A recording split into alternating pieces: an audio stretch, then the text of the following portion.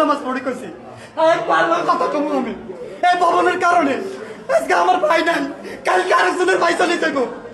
এরকম আরেকটা ভাইও তো অ্যাক্সিডেন্ট হয়েছে, আরো কয়েকটা ভাই অ্যাক্সিডেন্ট হয়েছে। তাহলে এদের এদের কে জিম্মাদার কে? এদের জিম্মাদার কে? আমি তো দেখি না কেউ জিম্মাদার। সবাই আমরা সবাই সবার মনে করি, সবাই সবার দেখি, কিন্তু এইসব জিম্মাদার কে?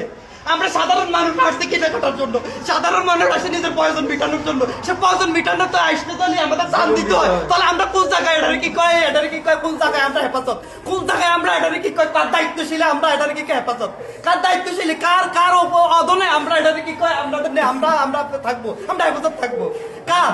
আপনারা বলেন, আপনারা সাংবাদিক ভাই আপনারা বলেন। কঠিন ভাবে ওই প্রশাসন এবং আপনারা যাদের অবহেলার কারণে ওদের প্রতি যেভাবে অ্যাকশন নিলে এরকম ধরেন না আরো অনেক ভাই অনেকজন এটা মৃত্যুর হাত থেকে বাঁচবে, ঝুঁকি থেকে বাঁচবে। ঠিক আছে নি? আমার বাইরে তো ফিরে পাবো না, আমার বাড়িতে ফিরে পাবো না, কিন্তু অনেক ভাই আছে কিন্তু ঝুঁকিপূর্ণ নাই, এরকম ভবন নাই রামগঞ্জে।